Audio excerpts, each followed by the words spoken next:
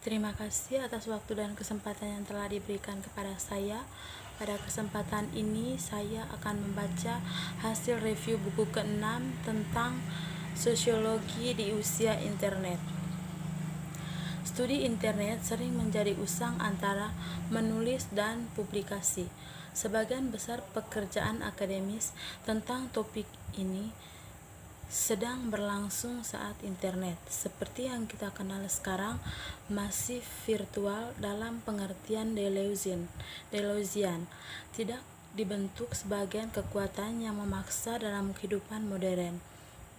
Berbelanja secara royal, beasiswa yang muncul dari cetakan tahun-tahun terakhir abad ke-puluhan adalah bagian dari upaya awal untuk berteori dan memahami teknologi itu muncul secara tiba-tiba, baik di mata para sarjana maupun populis ceramah.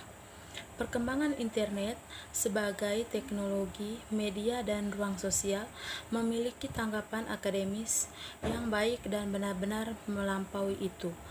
Di atas dekade terakhir, seluruh sifat dan bentuk internet adalah sebuah drastis jauh dari akar sejarah dalam komunitas riset militer dan akademis dan menuju bentuk komersial dan massa. Padahal studi empiris ada di beberapa kasus mengikuti perubahan ini. Landasan teoritis dari beasiswa ke internet belum. Para akademis berusaha melakukannya, mensintesis penelitian dan memberikan agenda masa depan untuk menyelidik empiris di belakang yang tergesa-gesa dan sekarang sebagian besar anarkonistik kerangka teoritis para ahli teori awal. Beasiswa yang mendahului dari tempat yang didirikan dalam literatur pendiri studi internet akan segera menemui jalan buntu. Internet dipelajari oleh pendiri ayah terkubur jauh di bawah pertambahan saluran dan lapisan internet modern. Visi internet optimis, komitmentarian, egaliter, dan partisipasif masih bertindak sebagai ideologi dasar internet, tetapi struktur yang disokongkannya tidak lagi mirip dengan yang ada di masa awal. Masalah yang paling jelas ditimbulkannya adalah kesadaran bagaimana mungkin untuk setiap individu, bagaimanapun metodis dan pekerja keras, untuk mengimbanginya. Banjir teks ini, hambatan institusional untuk pengetahuan interdisipliner, tangguh, dan yang paling penting adalah perpustakaan itu. Sebagian besar milik kami, titik akses ke literatur diatur di sekitar topik JS, khusus subjek atau disiplin ilmu. Jadi, menemukan beban yang relevan, bahkan di stok terbaik perpustakaan, merupakan masalah logistik yang cukup besar. Tentangnya sifat atau perkembangan yang seimbang dengan klaim yang berlawanan. Terminologi khusus disipliner pada tingkat paling dasar. Kurangnya mata uang intelektual yang sama berarti demikian. Tidak ada kesepakatan umum tentang jenis fenomena internet. Mewakili secara umum ada 3 karakterisasi utama dari internet dalam literatur: sebagai ruangan sosial, sebagai media, atau sebagai teknologi. Tentu saja pada kenyataannya internet secara bersamaan adalah ketiga hal tersebut. Dalam pemisahan berbagai kemungkinan definisi internet paling untuk tidak jatuh ke dalam perangkat membingungkan apa yang Baudelaire et al. Telah disebut sebagai praktis dan alasan teoritis. Sosiologi berbicara tentang internet, kita cenderung bimbang di antara ini. Definisi cukup bebas dan seringkali tanpa pengakuan apapun. Akal sedang dirujuk. Ini bermasalah sejauh mengaburkan alam. Internet sebagai objek penyelidikan ini dapat dengan mudah dilihat jika kita pertimbangkan sebagai jenis pertanyaan yang didorong oleh definisi yang berbeda.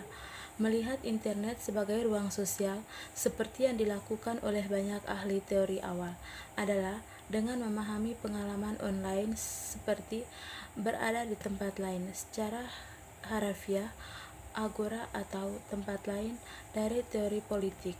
Jika kita memahami internet sebagai tempat, kemudian implikasi tertentu mengikuti di antaranya, tindakan orang itu dapat dipahami sebagai perilaku sosial dengan menggunakan alat yang sama yang kita gunakan memahami perilaku sosial di lingkungan lain. Ini juga berarti teks itu online adalah atau bisa menjadi bentuk interaksi sosial daripada katakanlah bentuk seni. Apa latar depan ini yang relevan dengan studi tentang internet, kemudian kelompok dinamika, bentuk interaksi, jumlah waktu yang dihabiskan untuk online, dan caranya bahwa internet sebagai tempat berpotongan atau gagal bersinggungan dengan sosial lainnya.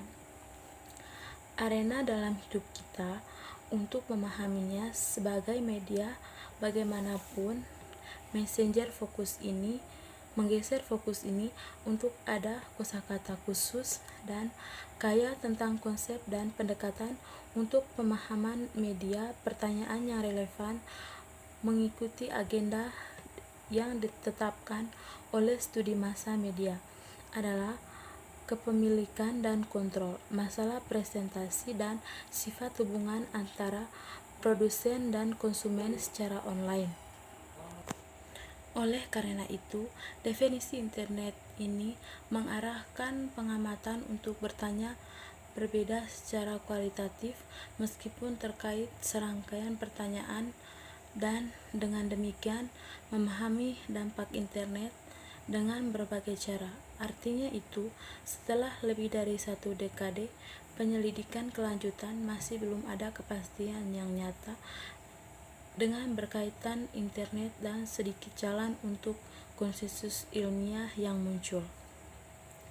Akhirnya, penyebaran upaya ilmiah untuk memahami internet adalah penyebab untuk pemijahan tanpa henti dan seringkali tidak tepat di neologisme, istilah yang memimpin David Guentet untuk menulis Nerdowitz Neologisme Ironis pada tahun 2004.